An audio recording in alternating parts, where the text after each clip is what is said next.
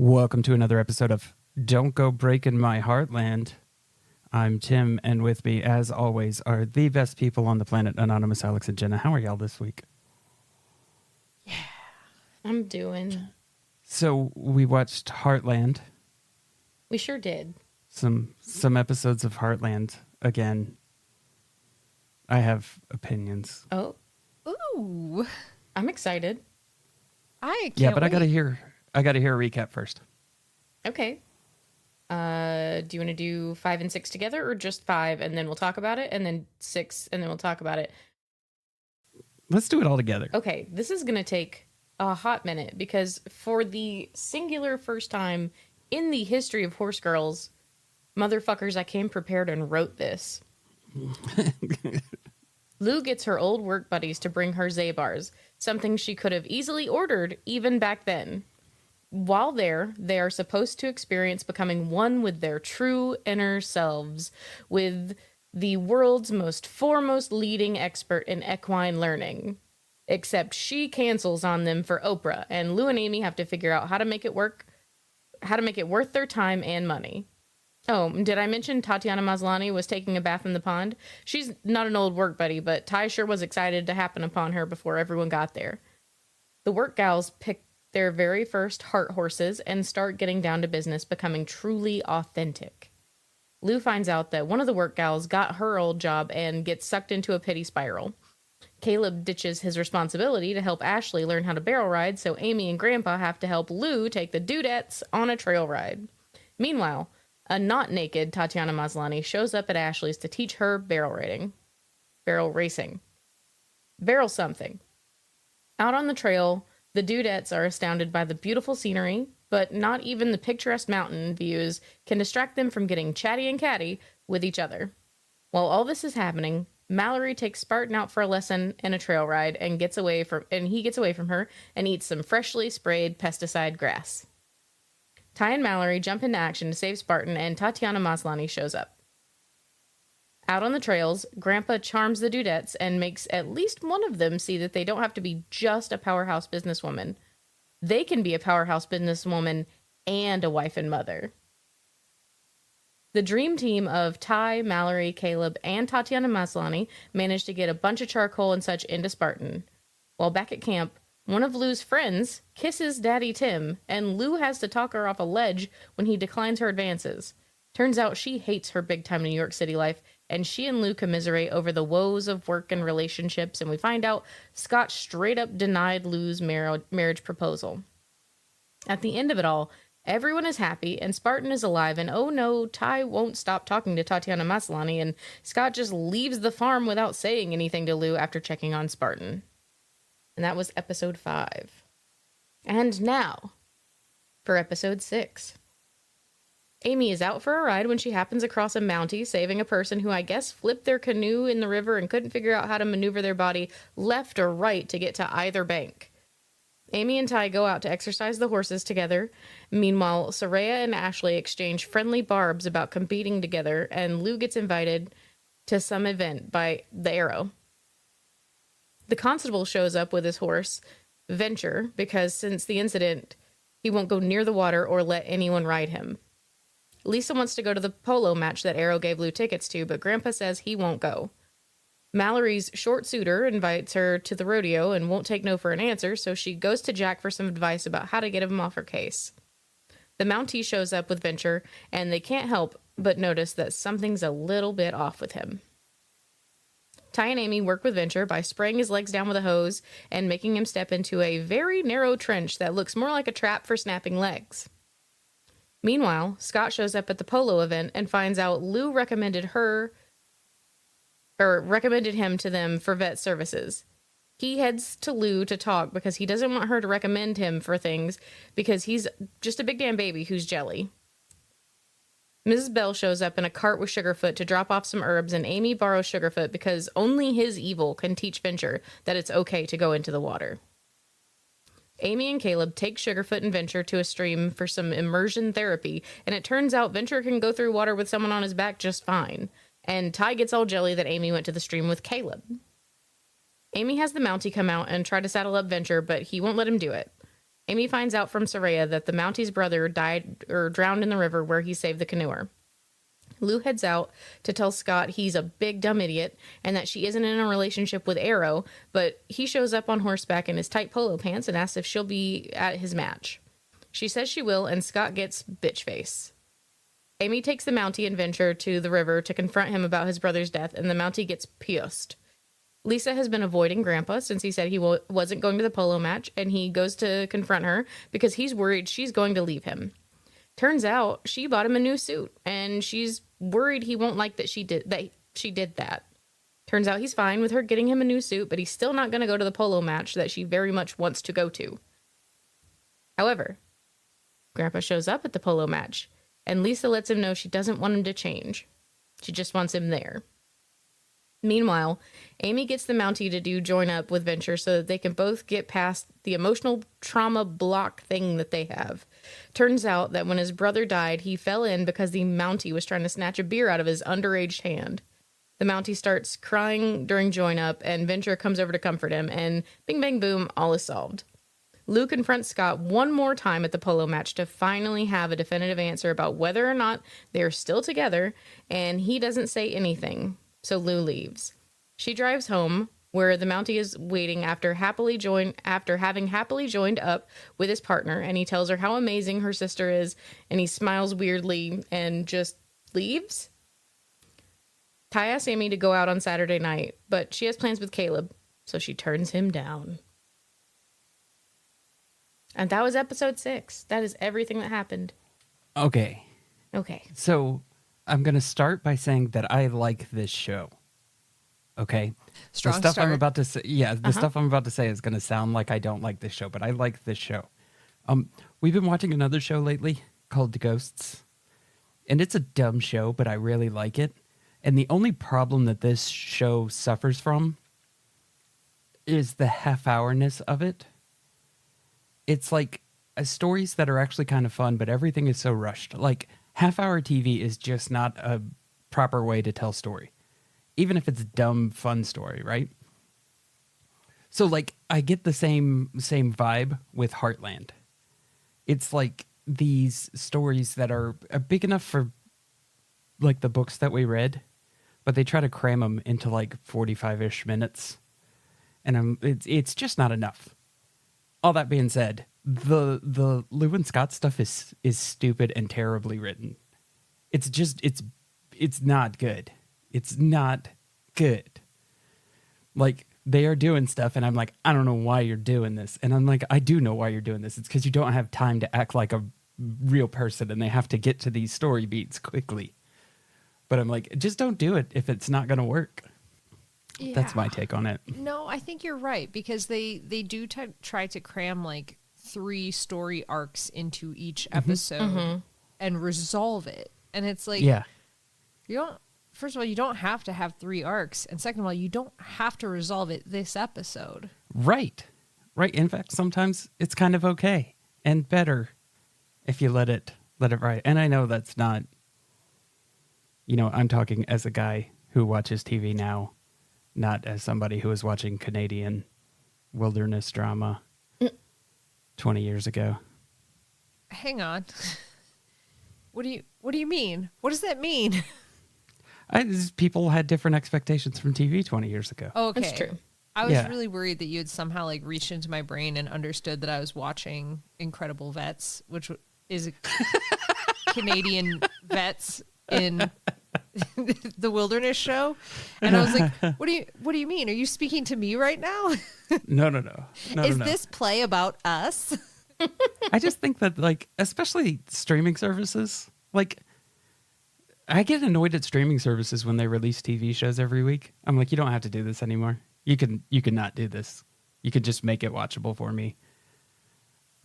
But I know it had to be different when you were trying to cater to a crowd that didn't always sit down to watch every episode and whatnot. But. So, like, put yourself back into the era where your cell phone was a BlackBerry, and then, like, tell me how you feel. Yeah. I do. I like the show, though. I do. It's like this one little, like, everything else I'm okay with. Like, I understand that we have to pay this stuff off quicker, or at least they thought we did at the time. This one's just bothering me because it's just, Scott's just out of nowhere. Like, I don't want to marry. Yeah, you do, Scott. Shut up. Like, well, it also suffers from the early 2000s CW curse of if you would just fucking talk to each other, this wouldn't be an issue. Yeah. Or the issue would be something different, and it would be more interesting. We've had this conversation about how, like, 90% of media just wouldn't exist if people would talk to each other. Like, that's the majority of problems that people have in story, is just not telling each other what's going on. So I get it that it has to be there a little bit, but yeah, that's what I was saying about the Lou asking Scott to marry her made more sense to me than Scott saying we should break up. That's just left field nowhereness. Yeah. It left a lot to, like, you had to come up with your own theories as to why he said no, and, like, most of it was vindictive. But yeah, it definitely has, like, the blueprint of, like, soap operas and CW shows and all of that stuff, where it's like people are tuning in out of order, not sitting down to watch this on a weekly basis, and so everything that happens has to be a beat that they can kind of pick up anywhere. The other thing that I'm waiting for is the show has Arrow and She-Hulk in it, and I'm waiting to see if their paths cross at any point in the show.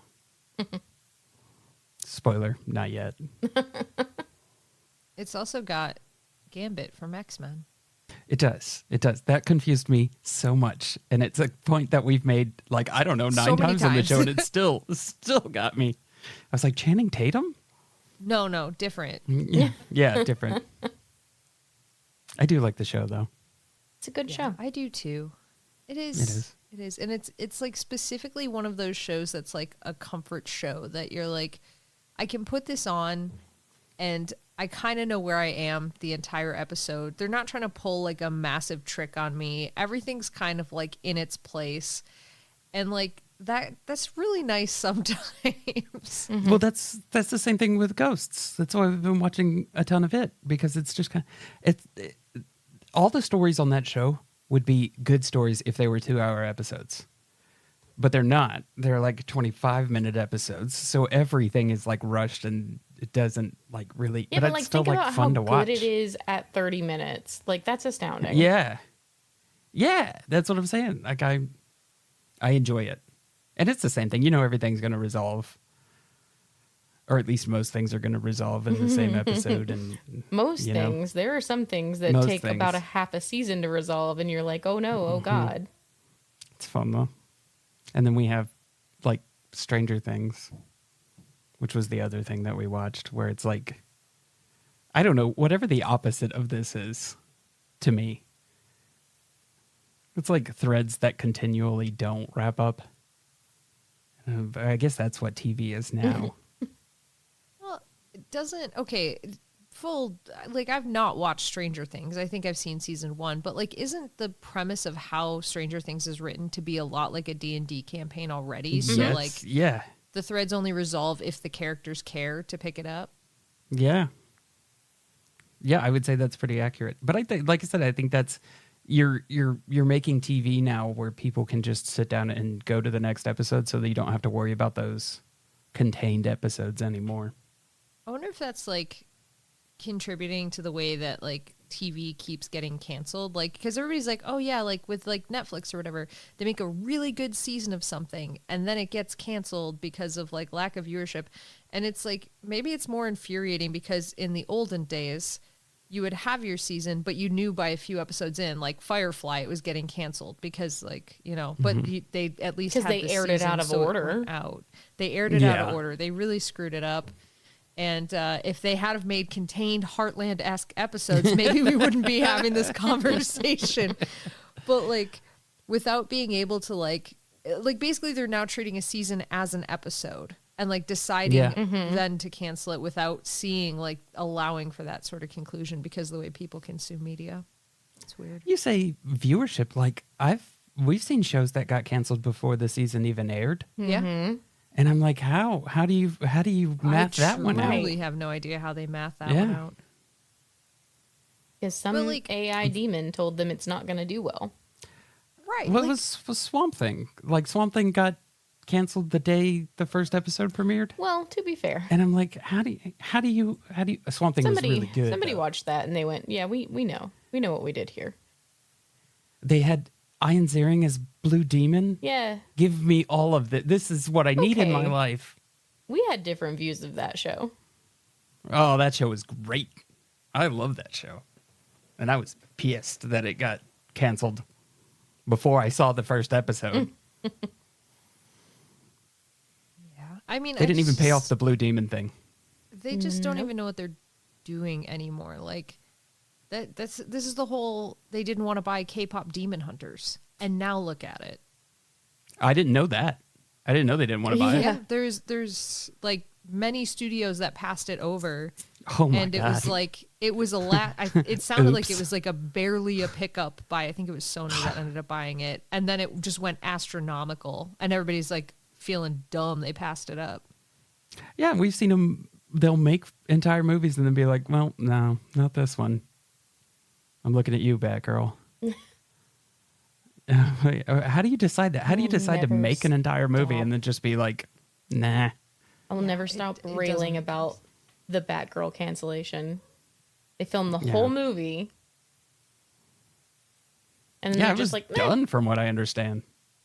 I did really like when Tim said, here's looking at you, Batgirl. That made like me feel good. Like you said it to me. Gotham needs you, Alex. They don't deserve it. They need it. oh God. Yeah, I don't know. I don't know how you get there. And I don't know how it makes, like, I am not in the business of making movies. So like, this is a legitimate, like, I don't know how that makes sense to be like financially this thing that we made that we've already spent a bunch of money on. It's better to just walk away from it. So, okay, there's another interesting thing I read recently because they just announced the new season, the new lineup for the Taskmaster season that's coming out. Mm-hmm. And there's, oh my gosh, I'm blanking on his name. Hang on. Are you talking about Is it Kimona and Johnny? Old Greg? Yes. So he's on there. Oh, and I was hoping it was Old Greg. he's been on there. Yeah. He was in like season 4. Yeah. He's been there. But apparently, like, when he got the call to do that, his agent was like, you're not, like, this isn't worth money. This isn't worth being on. Why do you want to be on this show? And he was like, are you kidding me? It's fucking Taskmaster. I'm be on going. the show. Yeah. Right. And it just, like, reinforces this idea that anybody who's producing, like, TV and movie and blah, blah, blah, has no business in that industry. Like, it's all business bros now, and it needs to be artists, and they're fucking up. I'm sorry, I don't mean to, but that go. just triggered a thought. That was Arcane. Yep. Like at the beginning of Arcane, when the guy was like, we will never make money on this, but let's go. Yep. I'm like, that's the idea that everybody needs to have. And then you see that phenomenal finished product that they have. Yep. I'm like, why doesn't everybody approach it that way? Because people want to make money. Yeah. It's the problem. I mean, it is the problem. And like, look at what happened when they threw that sort of power behind a project that they were passionate about. Yeah. It's like, look at how much further they advanced animation and how much for like how many things they learned. There's tricks that they used that are like still not widely known in the animation industry because it's like proprietary ideas and programming. Like, that's insane. That's so cool. Why don't we do this all the time? Right? I feel like that should be okay. I get it. We can't lose money or break even on every product. All right, fine. We'll start there. Man, let's have like 1 or 2 a year where we're just going to go at it like full tilt. And we're just going to just do it just the best that we can. Not just even animation, like stuff in general. Yeah. Yeah. Anything. I'm going to build this escape room. Let's just flood the shit with money and just build it the absolute best. Wait, I've seen that. I've seen people that did that, but they didn't finish the job. Yeah. They were like, we'll make it look good, and then we'll get horrible game masters to ruin your experience for you. Yeah. Which is so disappointing. Yeah. But then, like, even in that same vein, though, if we're talking about that one in Tennessee, the ruins, that's one where it's like they poured all the money in and they did the work with the GM. Mm-hmm. And that's like, true. Just remember how good that fucking room was. Yeah. And then I have to say that if everybody should be assigned a person who treats life like it's their first day on the planet to go and do that room with them, because it ramps up the experience so much. It sure does. Yeah, just being surrounded by people who are excited about stuff. That's just so much fun. And like, think about this though, like apply it to anything. Like apply, this is the Olympics too. And like, I don't really, yes, it like stimulates the economy, blah, blah, blah, blah, blah. But like people are just so goddamn excited to see somebody going full tilt at a thing that maybe they even do, but not at that level. Like anytime, like just go hard at whatever it is. And like I said, there needs to be at least a few things a year that we just get to turn off the limits. This is what this is really what, I'm going to say a controversial take here. This is what the government should be doing. We should get a fund and then be voting on the fund with what we're going to throw the money at this year. Like whether it's escape room or movie or homelessness or feeding listen, people. Like, Tim, that's what they should be doing now. Yeah. Sorry. Yeah, but I'm like, listen, this is a new program. That's what they should be doing now. And like healthcare and fucking taking care of your people and like not being like corrupt politician fucking assholes in charge of everything and like taking care of the people in the country. But in my dream world where that's already done, and now we have a fund to make a cool thing too. So that was my thing. Like when I finally take over, I'm just going to be like, all right, wars, you're out. I'm done. We're out, right? Money, you're going to housing the homeless, because that'll be my thing. And then extra bonus money that I've got, space shit. We're going to go study science in space. Escape room on the moon. No, just I want to do some badass science. That like, even if it's not like everybody looks at it and be like, I don't really see the point. I don't care. It's space science. Let's do it. We've had this conversation before, Tim. Like what we need to do politically, societally, all that stuff is we need to get to Star Trek land. But in this scenario, we're in Star Trek land, and now we get Star Trek money to build Star Trek escape room. That's there you go. Yeah, there you go. I'm at that point of this thought process. That was my discussion. We had that same thing. Like, it's easy for me to argue with people about politics who I know are on the same side of me as we need to get to Star Trek. Like, we can all argue about what's the best way to get to Star Trek, as long as we're all on the same path that we need to get to Star Trek, right? Everybody's got a home, everybody's got food, and we're doing some crazy science shit. All right, everybody's on board with that. And how do we get there? Also, don't watch Picard. We're not talking about that Star Trek. I haven't seen Picard yet. We're talking about before Picard / some parts of Picard. But yeah, it's like, and that's okay. What's the best way to get there? Okay, that's the conversation we need to have. Not there were a lot of wars that got us to Star Trek. Yeah, and blights and I get it. There needs to be some hard before you get to the easy. Like, okay, I get it. Well, we've done the hard for a lot. Maybe now let's work on getting to Star Trek so that I can have the argument with Tim about what fun money I want to spend this year. Yeah. We've done the hard a lot already. We've done the hard a lot. I would say historically we've done like all of the hard and none of the fun, actually. You will be my campaign managers, and that is all you have to say all the time. Like, we've done all the hard. Let's not anymore. Let's try something else. Let's get to the moon. Yeah.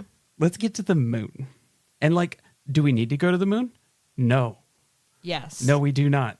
We do not. But we should be doing that more than we should be. I don't know. I feel wars. like your campaign slogan is literally just shoot for the moon. Yeah. That's it. That's it. It writes itself, doesn't it? And like that applies to everything. When people are like, what's your stance on like free healthcare? Shoot for the moon. Yeah. What's your stance on ending homelessness? Shoot for the moon. And then also, specifically, we're going to the moon. Yeah. I do. Like, it is 2026. We should be farther. Mm-hmm. That's it. Full stop. We should just be farther. We should. It's horses. Horses on the moon. Horses on the moon. Your horse has laminitis. Send it to the moon. Yep. Yeah. Won't have to walk there. Much Won't less have to gravity. walk there. Well, I mean, Mhm. there's still gravity. There's just less of it. It's got to have a different word. It's not walking. Walking's hard here with gravity. That's easier. Okay, That's mooning. hang on. It's Like, could a horse It's jump hard moonwalking. enough on the moon to get out of gravity? Because horses can jump so much higher. I feel like we're in the dish ran away with the spoon territory. what? The cow jumped over the moon. Well, that was from the Earth. That It's an cow. impressive jump. That cow was a superhero. It was Super Cow al rescate. That is a cow and chicken joke that nobody got. Thanks. Okay. So we've solved politics and we've talked about Heartland. What's going on in horse news? Ooh, Do you guys want the good one or the bad one? man. And whichever one you get now, you'll get the other one next time. So just like, Oh, let's just go ahead and get the bad Yeah, one out rip of the that way then. Band-Aid. all right, cool. So in Pennsylvania, Lancaster. I already knew it was going to That's be not how to bad. pronounce it, but I really liked it. Yeah. Lancaster County, Pennsylvania, a caravan fully struck a horse and buggy and absolutely demolished them. Like someone died, the horse died. It was real bad. This drunk driver totally rear-ended this guy. And it's making the news because it's just been progressing from accident to DUI to everyone died. Hold it's on. a whole thing. Yeah. We got to take a moment here. Yeah. He rear-ended a horse and buggy? Rear-ended a horse and buggy. Oh. Yeah. So he's getting a lot of charges. Homicide by vehicle and DUI related charges. Oh. Yeah. Did this guy drunkenly kill an Amish? I think so. Yeah, I think that is the implication. Oh man. Oh. 65-year-old woman. It's a true Sugarfoot story, but by van this time. Oh. Yeah. I hate that so much. Yeah. That sounds like, I don't know, like I just want to hang out and not be bothered by technology, and then that. Right. Like I mean, the It's- Amish it's don't truly historically terrible. like have that history of I just want to hang out and not be bothered by technology. There is more to it that is less wholesome than the way you just put it. But I feel like this lady was probably just hanging out and not being bothered by technology Yeah. until technology decidedly bothered her. Yeah, that's what I'm Yeah, like. that's kind of It the sounds bummer. like a Alanis Morissette lyric. Ooh, like rain on your wedding day. Yes. something that's An not actually SUV in your ironic. horse buggy. Yeah, it just sucks.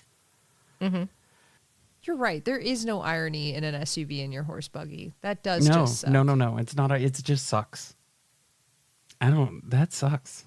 Yeah, it's real bad. It's dominating the horse news right now. Like there's not a lot of good horse news, and this one's just like there's 30 stories about this guy. Oh, God. 'Cause it just started like rolling out of like it was one of those news stories where like there was almost nothing at first other than like this guy crashed into a cart and buggy, and then it like just got worse and worse every detail that came out. All right. I hate that. Yeah, Yeah. let's abandon that. All right. Let's go to a quiz. I have no goofs for that. I don't think there are any goofs that can be made about that. I don't think so No. either. It just, like I said, that sucks. I'm excited for good horse news next week. Yeah, that's going to be so nice. Next fortnight. Yeah. Next fortnight. Next fortnight. All right. Are you guys ready? For piece of media number 1. Okay. Strap in, Tim. Okay. Number 1 is a 2007 found footage horror film written and directed by George A. Romero. So not the Blair Witch Project. No. George Romero and it's found footage. Mm-hmm. Is it like a Dawn of the Dead or a Day of the Dead or a found footage of the dead? Night of the Living Dead? Do you want the next? What did he do you want do? the next clue? Yes, please. This is the 5th installment in Oh, Romero's okay, yeah, it's in. series of zombie Of the Dead. films. All right. Okay, so there was Dawn of the Dead, there was Day of the Dead. Those came Okay. after Night of the Living Dead. Okay, so you're at 3. You need to go 2 more. Yay. Is there Crepuscular of the Living Dead? No, but I think you're closer. Okay. Fortnight of the Living Dead. Lunchtime. Lunchtime with Lunch- the Living Dead. What? Okay, I feel like I know this. Yeah, Or I you should do. know this. You should. George Romero. So, like, we've got Dawn. We've got Night. And then there was a remake of Day, I think. Or maybe it was a remake of Dawn. I forget. What? Yeah, Dawn. That's the other one. And then there's. Did we do Dusk already? Dusk of the Living Dead? I don't think so. Twilight. Twilight of the Living Dead. Evening. Evening. Supper time. Brunch. Ooh, 11 Seas. It's the Lord of the Rings remake of the Living Dead. It's when the zombies are a bit peckish. Yeah. The zombies. So I could eat. Found footage zombie movie. And it's something of the Living Dead. I don't know that it is. I assume it is. They changed up the naming convention? That would be insane I for don't like know. a series. No, That's I'm- oh, come on. Fast and Furious ran out of ideas like 86 movies ago, and they're still trying. Is it a remake of Night of the Living Dead? Nope, this is a continuation in the series. It's actually a prequel. Oh. How would Cretaceous era of the Living Dead. Afternoon Delight? BC of the Living Dead? No. So if it was a prequel to Night, Day. yeah. But Day and Dawn both come after Night. Well, it's sort of a secular event. Like if you just Yeah. Yeah, cyclical. That's the word I was looking for. If you just keep going far enough, you'll eventually hit Another night. Another one. Yeah. So we just got to find the word. Yeah, so one. Can I have another clue? so if they used dawn, day, and night already, they're gonna Dusk. have to start talking about other things, right? Oh, that aren't times. I feel like we literally just proved that was wrong. 'Cause Okay, we well, what if named it's like like 14 times they could have used. Yeah, but what if it was like March of the Dead Oh. or so- Outbreak of the Dead? Roman calendar of the Living Dead. Yes, See, now the it's Julian calendar. it's crazy that you're getting kind of closer. Okay. With Calendar of the Dead, Century of year, the Living Dead? year. I mean, Year? like I said closer, but not like you're not on it yet. Okay. Do we think it's still time based? I really feel like it, because we were talking about calendars, we were talking about dates. I feel like it still has to be like a measurement of time and experience base. Now, is it like present of the Living Dead, future of the Living Dead, past of the Living Dead? I don't know. Start of the Living Dead? Could it be something like that? It could. The It is a beginning of the dead? prequel. Beginning of the Living Dead. That's something. Launch of the Living Launch of Dead. the Living Dead. So, Oh my okay. God, hang on, real quick. Launch of the Living Dead. The movie starts. We're in space. We're on the space station. They're floating around. You hear like the very cliched beep, beep. And you see these guys, the breathing like in the astronaut suits. They're like going around. And then the guy turns and he goes, "Hey, Dave, what do astronauts have for lunch?" And the other guy's like, "I don't know, man." And then he's like, "Launch meat." Ha ha ha. 2 minutes later, that guy tears into the other guy and just starts ripping him apart as a zombie astronaut. Okay. I'd watch I like it. I'd watch it. Yeah, I would too. Yeah. So, do you think we were closer with like Outbreak? Ooh. Calendars is kind of what was getting us closer, but not there. So maybe Month? month. Because now we're getting into like 96 days later territory or whatever. Yeah, that's true. Jenna looks so frustrated with that. Weekend? Weekend at Bernie's of the Living Dead. Yes. Okay, I would also watch the hell out of that. They need to remake Weekend at Bernie's and make it a zombie movie. That'd be pretty good. That would Where be pretty He's fantastic. only animated when the music's on. I also What a- just like love the creeping horror of him, like them having to manipulate his body, and then when he starts moving on his own. Yeah. What Even after the... It's not an arrow. What is it? Bolt? Fucking thing that you shoot underwater. Harpoon! Harpoon? There it is. Yes. Yeah. Yeah. Okay. Can I have another clue? You sure can. Yeah, I'll give you some plot. Film footage from from a news crew shows a story about an immigrant man killing his wife and son before committing suicide. The son and wife turn into zombies and kill several medical personnel and police officers, but leave one medic and a reporter bitten before being killed. The narrator, Deborah, explains that most of the footage, which was recorded by the cameraman, was never broadcast.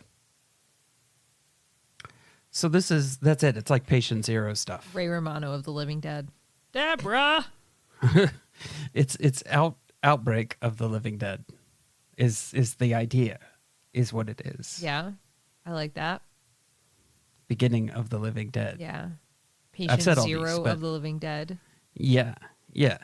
We're on the right track here.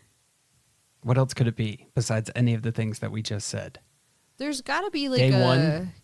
Like Day there's one. got to be a synonym for like day one, patient zero, start of, that like we are not grasping. So Origin of the Living Dead? No. So you're kind of on the right track, but also kind of not. Like all of those things that you just said, I like where you're headed with them. Literally all of them. But like if you were keeping track of things like that. Records. Okay. This might be a way that you would keep a record. Journal. Diary of the Living Dead. Okay, now drop one of those words because this is the George A. Romero. Diary of the Dead. Yeah. Get it. Ah, okay. No, I don't remember that one. Mm-hmm. I don't think I've seen that one. It was okay. It was just okay. Are you ready for piece of media number 2? Yes. Piece of media number 2 is an American historical drama television series created by Roland Jones and Ron Fitzgerald for HBO, based off the character of the same name by Earl Stanley Gardner. And the series stars Matthew Rhys in the title role and premiered on June 21st, 2020. So this is a remake. I don't know why, but my brain said it, so I'm going to go with it. Ramona. No. Yeah, I didn't think in any world it was right, but it is just my brain's like, here you go, have a word. Is it like a Sherlock Holmes? No, she said it was like a historical. Is Historical it like drama. Sherlock Holmes in the way that Oh, is Psych it like is a a- Sherlock Holmes? Hercule Poirot kind of thing? Yeah, but then put it in America. Who was the American Sherlock Holmes? Iron Man. It's a good guess. It's not. Elliot It's not Ness. a guess. It's real.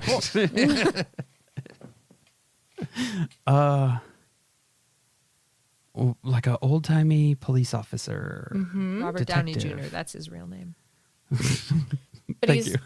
he's not. I thought a you meant police actually Iron officer. Man. No,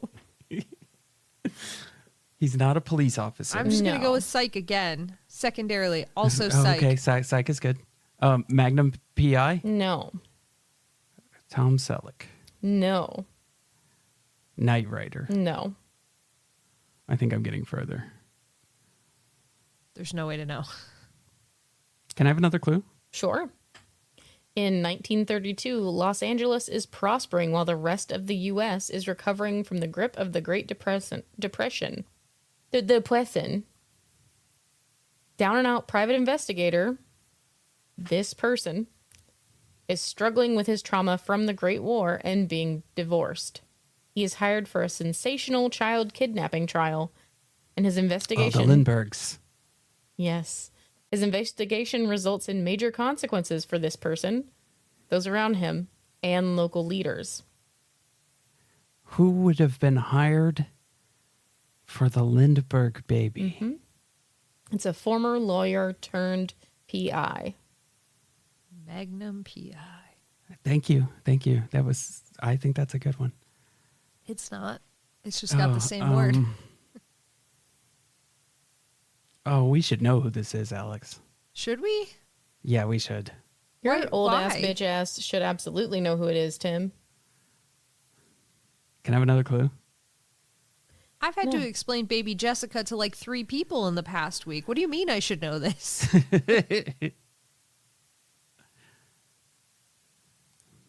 I don't know who Matthew Reese is. Yeah, he's less important for the... I mean, he plays the titular character. A former lawyer Mm-hmm. turned private investigator. Yes. I think if we wait enough time, the answer to this will be Dr. Maria. That It's would be very fantastic. possible. So this was originally adapted for motion pictures and a long-running radio series. And it was also on CBS. War of the Worlds. Watson? No. Watson of the World. Watson of the World. No, when it was on CBS, that was 1957 through 1966. Yikes. War of the Watsons. The Lone Ranger. Great guess. Zorro. Was it? Zorro's a good guess. Is it? Zorro's a good Are guess. you sure? Yeah. It's got a horse in it. That feels good. Okay. Who played the titular character in the CBS TV show? This is going to result in nothing. I don't know. Well, Raymond Burr. Perry Mason? Yeah, get it, Tim. Hey! I See, don't your understand. old ass should know that. Oh, yeah. Okay. I don't understand which one of those names is a real person and which one's a character.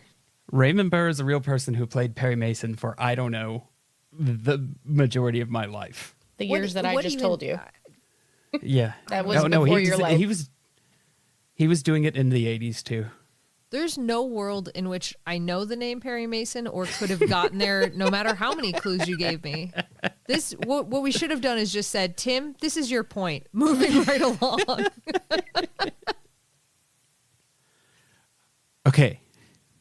What's the third one? I want to watch a remake of Perry Mason, though. It was I didn't know honestly, that it was news. pretty good. I think Yeah, I think I bet there it were only was. 2 seasons, but it was pretty good. Number 3 is a Canadian science fiction thriller television series created by screenwriter Graham Manson and director John Fawcett. What did you say? A year? I missed I have it not if you said a did. year. No. Oh, okay. Did you see that they've remade Matlock? I did not see that. Maybe it's not a remake. Maybe Kathy Bates No, plays I Matlock's forgot. Yeah, daughter. yeah. It's Kathy Bates. Okay. I don't know for sure if that's what it is, but like maybe that's it. Okay. Canadian sci-fi. Mm-hmm. That doesn't help me. I'm gonna need another clue. Okay. This series focuses on one of several genetically identical human clones, and later on some of the other clones. I know this one now.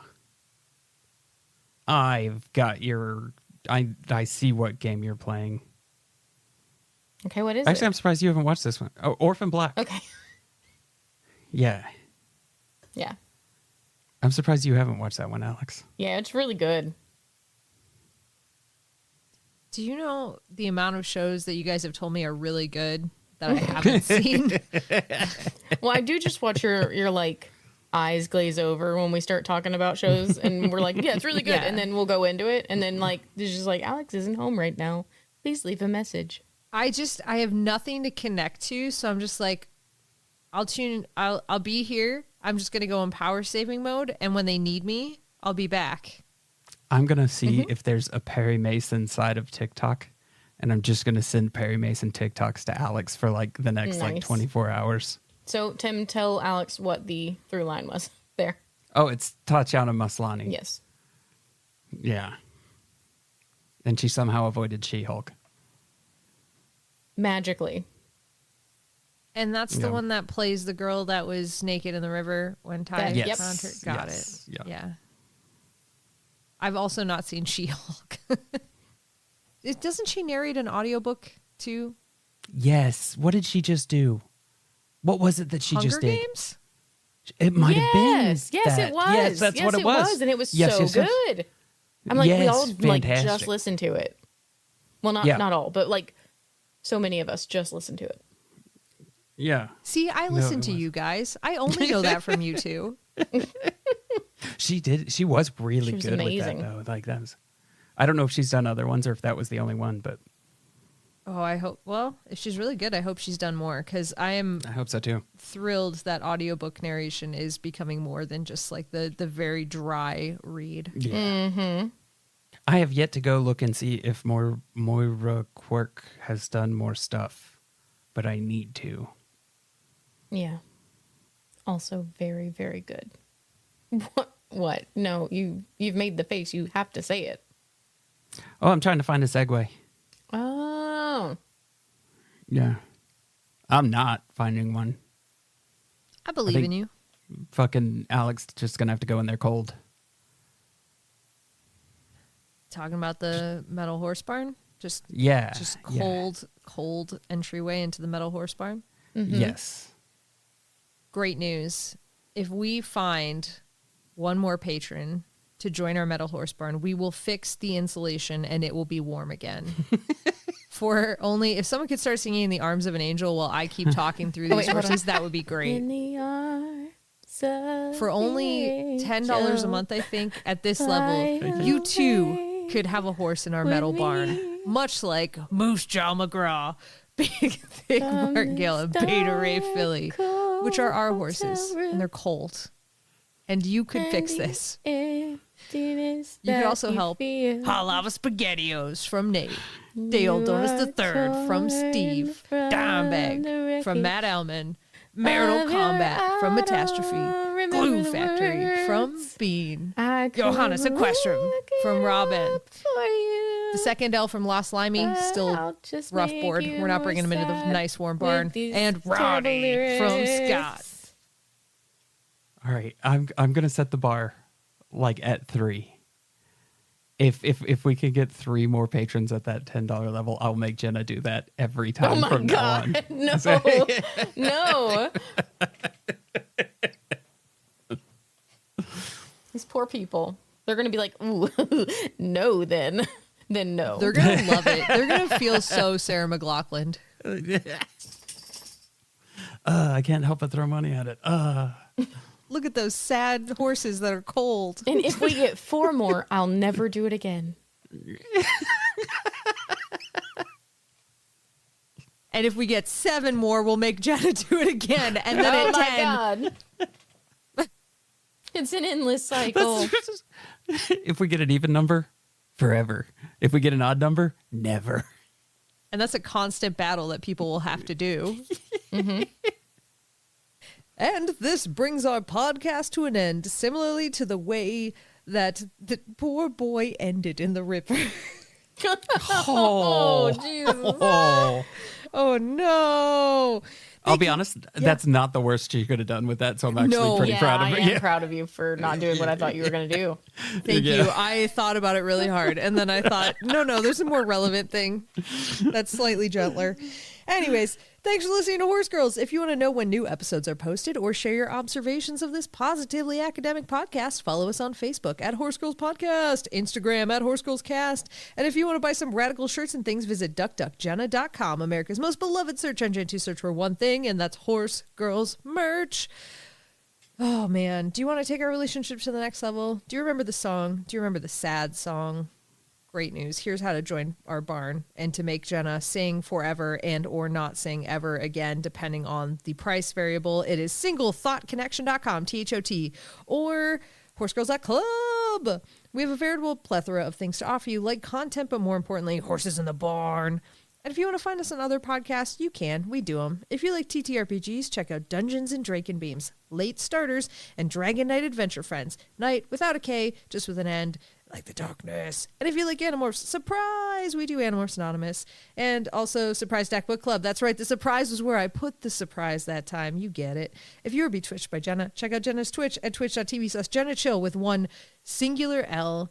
And if you put that second L anywhere but Google, I swear to you that I will find in a flashback from your memory your underage brother drinking beer, and I will knock him in a river. From there, I cannot say whether or not he will live or die. There's no way to know. I'm just promising to stop underage drinking in a TV show in a flashback format, and that's what you get. Twitch.tv/JennaChill, one singular L. If you like me, can't get enough of Tim's beautiful voice, he's voice acted on such podcasts as The Way We Haunt Now. And if you think our episode art is hella cute, it's because it is.